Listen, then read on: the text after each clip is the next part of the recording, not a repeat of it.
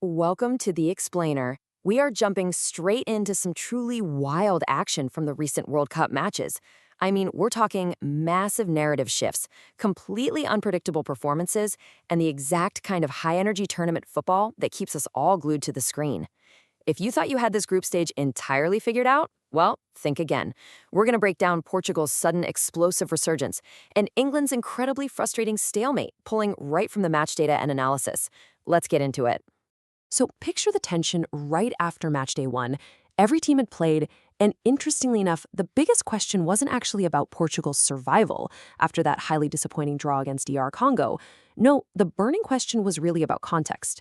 Think about it. Lionel Messi had just scored 5 goals. Erling Haaland, 4 goals. Kylian Mbappe, 4.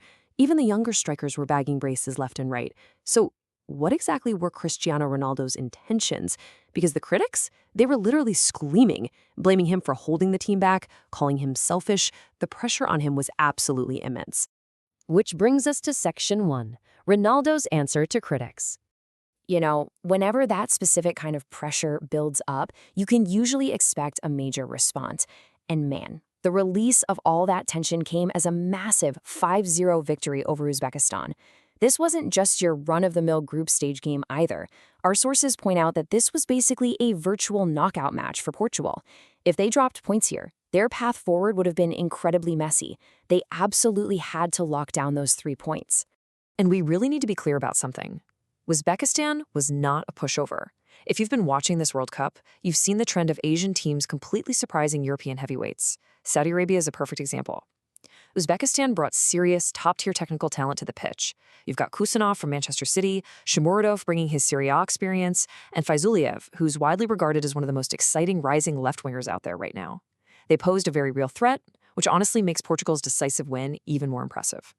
Right, so how did Ronaldo actually respond to all that noise? By stepping up as the absolute catalyst. He scored 2 brilliant goals. Frankly, he could have easily walked away with a hat-trick. But those 2 goals did the job. They totally silenced the critics and secured him a monumental milestone. With 10 goals, he is now officially Portugal's all-time top scorer in FIFA World Cup history. He proved that, yeah, even at his age, when the stakes are at their absolute highest, he is still the most reliable goal scorer in that squad. Moving on to Section 2, Martinez's tactical masterclass. Now, we can't just talk about the players on the pitch without looking at the mastermind on the sidelines, manager Roberto Martinez. He took a ton of heat after the DR Congo draw, but this match, a total tactical turnaround. He finally dropped the stubbornness that was holding them back and made some genuinely brave changes. He gave his players creative freedom instead of forcing those overly safe sideways passes. He started João Felix, whose ball skills naturally pulled defenders and opened up massive pockets of space. And crucially, he stopped playing his playmakers out of position. He put guys in their natural profiles, and it completely unlocked the team's attacking potential. And that actually brings us to the real core of this squad. Look, Ronaldo gets all the headlines, sure, but the analysis clearly shows that Bruno Fernandes is the actual engine of this Portugal team. Martinez finally let him run the midfield and operate right behind the striker. When you use Bruno correctly, he's creating 4, maybe 5 clear chances every single game. He completely orchestrated the flow of this match, and he delivered an absolutely stunning, perfectly timed assist for Ronaldo's 2nd goal. Oh, and we have to talk about their set pieces, because the variety here was a massive improvement. They weren't just relying on the same old predictable routines. The absolute highlight was this incredible moment where Ronaldo is standing over a free kick. He does this slight, calculated stutter step, and then, completely out of nowhere, Nuno Mendes steps up and just smashes an explosive free kick right into the back of the net. Our source literally compared his power, pace, and tracking back in this game to the legendary Roberto Carlos. It caught the opposition, and honestly all the fans, totally by surprise. Section 3, Unnecessary Hate and Comparisons. Stepping away from the tactics for just a second, we really need to address the cultural commentary surrounding the tournament's biggest stars. Our source takes a very firm, objective look at the noise happening off the pitch. There's this huge contrast between the toxic off-field drama and what we should actually be appreciating as fans. We're seeing completely unnecessary hate messages directed at Bruno Fernandes, social media noise dragging players' families into things, and just a lot of forced negativity. And then there's the bizarre scheduling coincidence where Messi and Ronaldo are playing their matches on consecutive days, which just fuels this endless, forced comparison. The analysis here pleads with us to take a step back from the social media toxicity and just appreciate both of these guys as the once-in-a-lifetime generational talents they are. This really sums up the sentiment perfectly. Let's talk about the game on the pitch. not the off-field noise. There is just no reason to tear one phenomenal player down to build another one up. And you've got to give the Portuguese team massive credit here. Instead of letting all that outside noise and dressing room drama sour their environment, they answered it the absolute best way you can, by uniting and delivering a stellar performance on the pitch. Section 4. Portugal's next big challenge.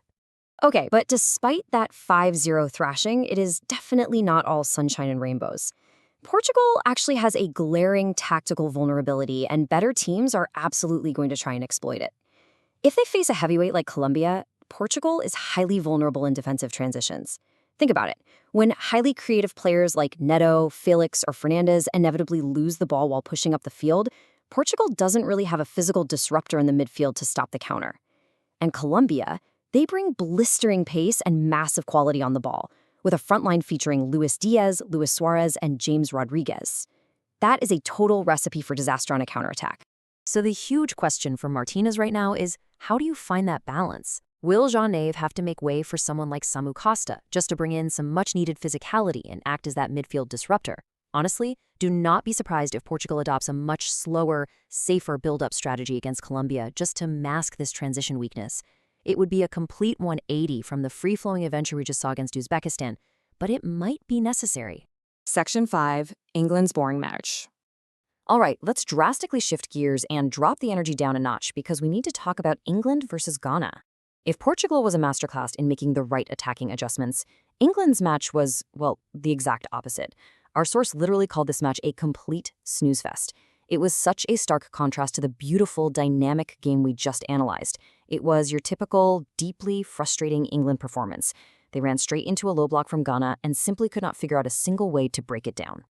Let's break down exactly what went wrong. England totally failed to break the deadlock.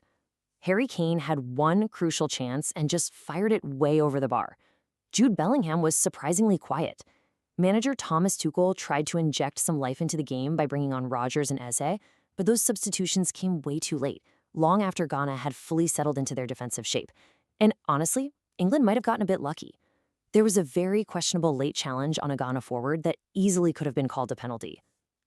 Our source warns that, sure, England might still top their group, but this exact type of rigid, uninspired football, that's usually what leads to a really painful 1-0 exit in the knockout stages. It is absolutely fascinating to watch these narratives come full circle. Just look at the total flip. On matchday 1, everybody was praising England for their free-flowing football against Croatia, while heavily criticizing Portugal for struggling. Fast forward a couple of days to matchday 2, and the roles are entirely reversed. Now we're praising Portugal's tactical evolution and groaning over England's absolute lack of creativity. But hey, that is the beautiful, chaotic unpredictability of tournament football for you. Things change in the literal blink of an eye. To wrap up our look at all this action, we just have to end on this powerful, passionate exclamation from Ronaldo after his brilliant performance. "I am back. I am back." It perfectly captures the tenacity, the hunger, and that raw aggression that fans absolutely love to see from top-tier athletes when their backs are completely against the wall. So, after these extreme shifts in momentum, where do we go from here? Can Portugal actually ride this massive wave of confidence deep into the round of 32, or will those midfield vulnerabilities get totally exposed? And on the other side, can England find their attacking spark again before it's too late? It's crazy to think about how fast these narratives have flipped. What are your key takeaways from these tactical masterclasses and frustrating stalemates? Let that sink in as we gear up for the knockout stages. Thanks for hanging out with me on this explainer.